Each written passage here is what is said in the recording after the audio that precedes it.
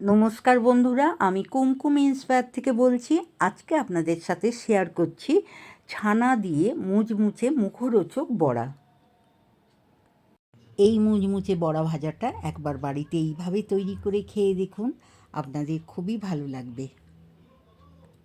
গরমের সময় দুধ অনেক সময় কেটে যায়, সেই দুধটা ফেলে না দিয়ে আপনারা কয়েকটা জিনিস দিয়ে এই রকম সুন্দর একটা বড়া ভাজা তৈরি করে নিতে পারেন।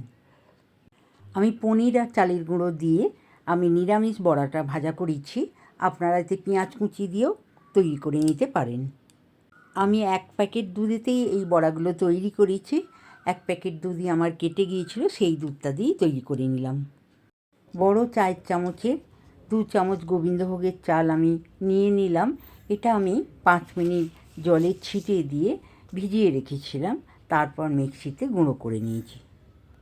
পনির দিয়ে বড়াটা তৈরি করার জন্য আমি 4টে ছোট ছোট করে কাঁচা লঙ্কা কুঁচো করে নিয়েছি, আর নিয়েছি সামান্য একটু ধনেপাতা কুঁচো করে, আর কেটে যাওয়া দুধের ছানাটা নিয়েছি।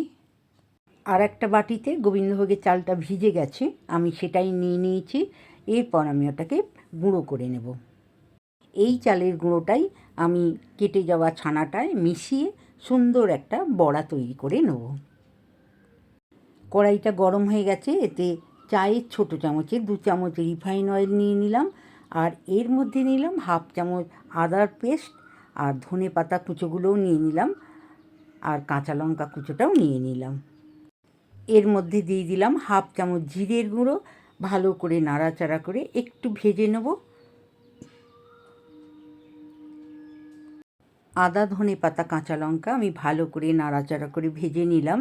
এর মধ্যে দিয়ে দিলাম কেটে যাওয়া দুধের ছানাটা মিশিয়ে দিয়ে ভালো করে নাড়াচাড়া করে একটু ভেজে নেব। এর মধ্যে নিয়ে নিলাম স্বাদ মতন লবণ, সামান্য একটু হলুদের গুঁড়ো, খুব সামান্য একটু চিনি দিয়ে ভালো করে নাড়াচাড়া করে ছানাটা আমি ভালো করে ভেজে নেব।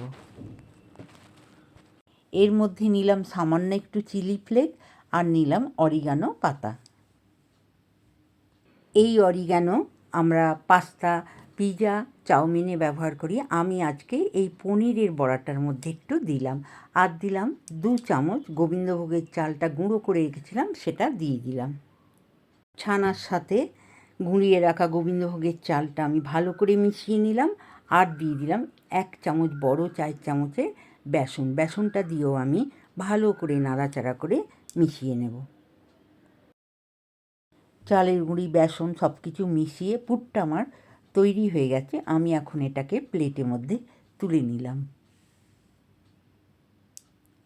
বড়া ভাজার জন্য পুরটা আমার তৈরি হয়ে গেছে, আমি এখন প্লেটের মধ্যে তুলে নিলাম। কড়াইটা পরিষ্কার করে তেল গরম করতে দেওয়াই তো আছে, আর পনিরটা সব কিছু দেওয়াই আছে, শুধু যে কোনো শেপ আপনারা তৈরি করে, আর 2 পাশে আমি একটু তিল লাগিয়ে নিলাম। আপনারা এখানে তিলের পরিবর্তে পোস্তও লাগিয়ে নিতে পারেন, আর তেলের মধ্যে ছেড়ে দিলাম। আরও একটা আমি চপের মতন তৈরি করে 2 পাশে সাদা তিল লাগিয়ে নিয়ে গরম তেলে ছেড়ে দিলাম।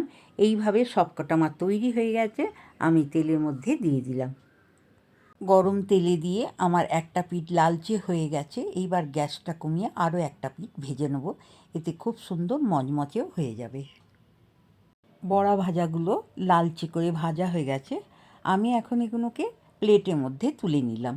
এইভাবে বড়া ভাজা করে একবার খেয়ে দেখুন, একটা খেলে আপনাদের 2টো খেতে ইচ্ছা করবেই, এতটাই সুন্দর।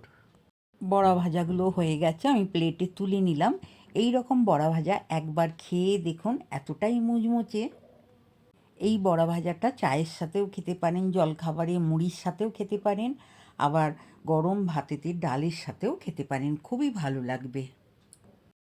বড়া ভাজা রেসিপিটা আপনাদের ভালো লাগলে অবশ্যই বাড়িতে এইভাবে তৈরি করে খেয়ে দেখুন, আর ভালো লাগলে অবশ্যই একটা লাইক করবেন, কমেন্ট করবেন, আর বন্ধুদের মধ্যে শেয়ার করবেন। আমার চ্যানেলে নতুন বন্ধু হলে চ্যানেলটি সাবস্ক্রাইব করে আমার পাশে থাকবেন। অবশ্যই একটা লাইক করতে ভুলবেন না। নতুন নতুন ভিডিও আপলোড হলে আপনাদের কাছে পৌঁছে যাবে। ভালো থাকবেন। নমস্কার।